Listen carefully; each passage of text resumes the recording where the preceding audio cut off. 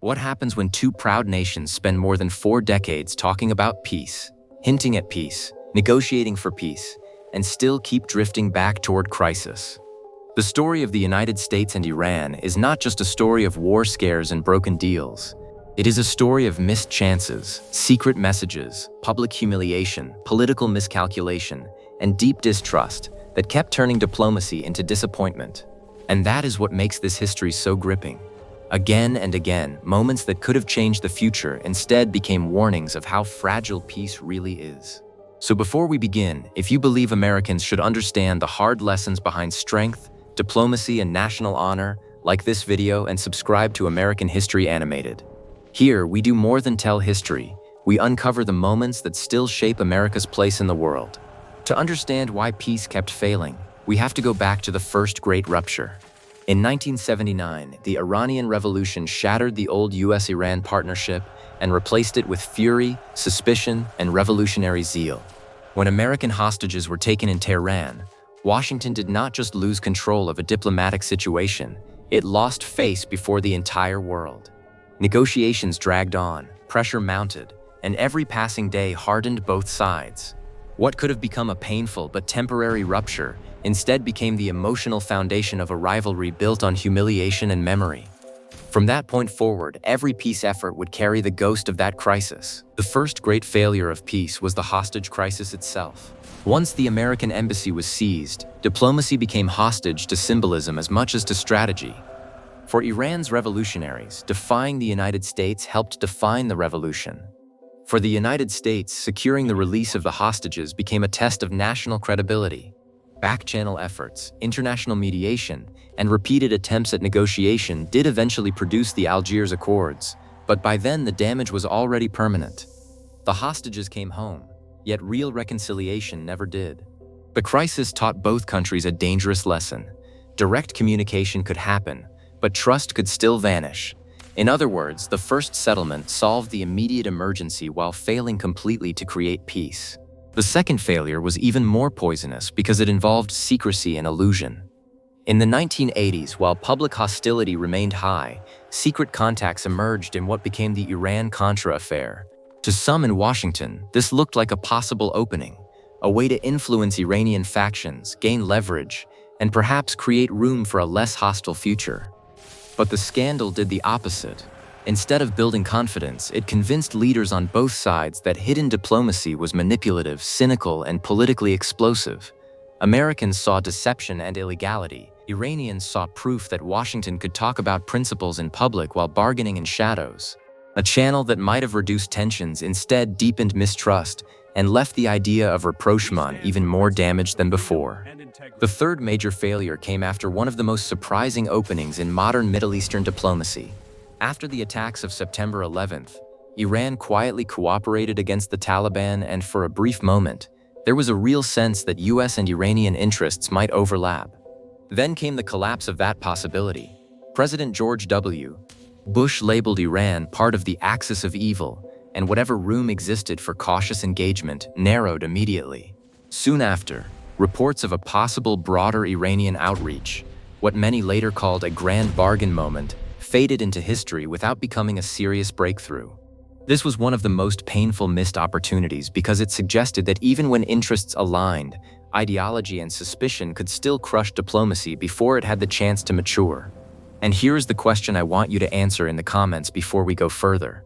If you were advising an American president, would you trust a peace offer from Iran if decades of threats, proxy conflicts, and broken confidence still hung over every conversation? Or do you think strength only works when the United States keeps maximum pressure and refuses to gamble on uncertain diplomacy? Comment below, because this is where the entire debate really turns.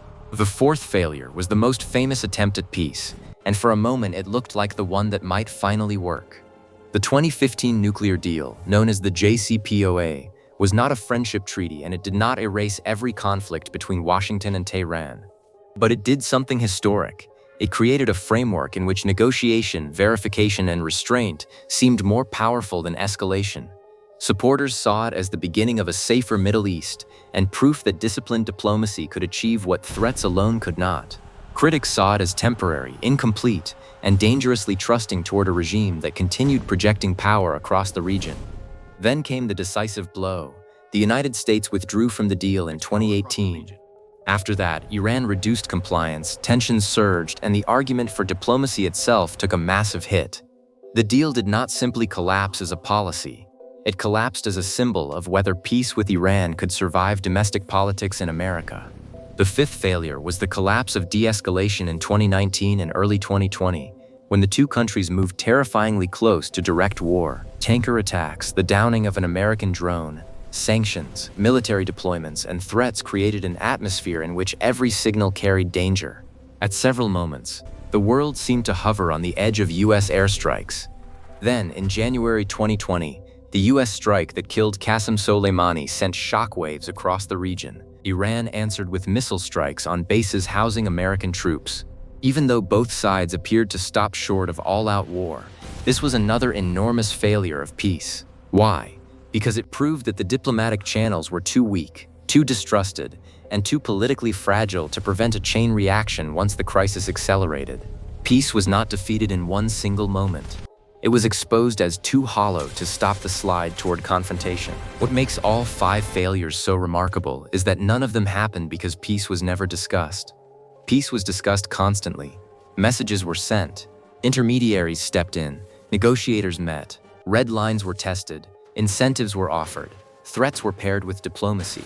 Yet every attempt crashed into the same wall. Neither side believed the other was truly willing to accept a stable relationship on acceptable terms. Iran feared surrender disguised as negotiation. The United States feared delay, deception, and the strengthening of a hostile regime. The result was a pattern repeated across decades.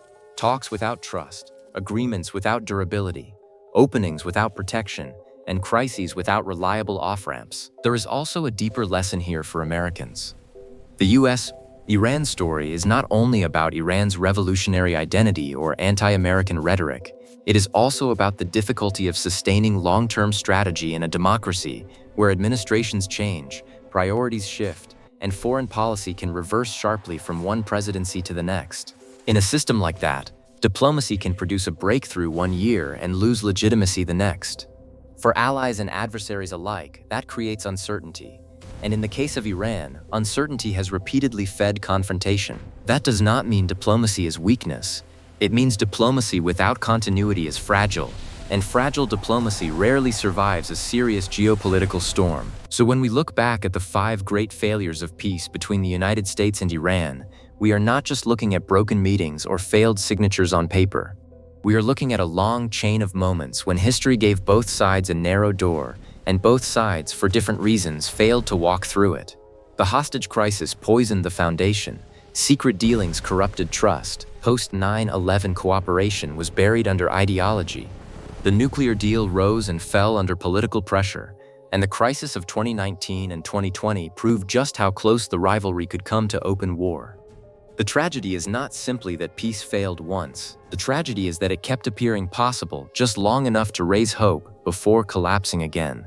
If this video made you think about the cost of failed diplomacy and the burden of American leadership in a dangerous world, take a second to like the video and subscribe to American History Animated. On this channel, we believe understanding America's past is part of protecting its future. And before you go, I want your final answer in the comments. Do you believe the United States and Iran missed their best chance for peace in 1979, in 2003, with the 2015 nuclear deal? Or do you think real peace was never possible at all? That question says a lot about how you see power, principle, and America's role in history.